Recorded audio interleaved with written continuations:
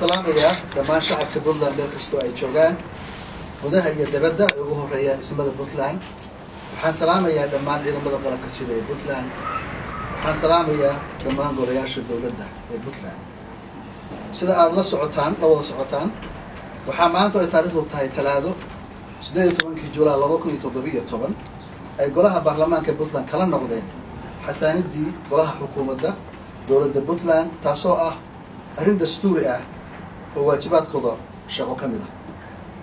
taasi waxay faraysaa madaxweyne ahaan inaan golaha xukuumadda ku soo dhiso muddada uu ogol yahay dastuurku anigoo la tashanaya madaxweyne ku-xigeenka dawladda Puntland uuna qabo dastuurka Puntland.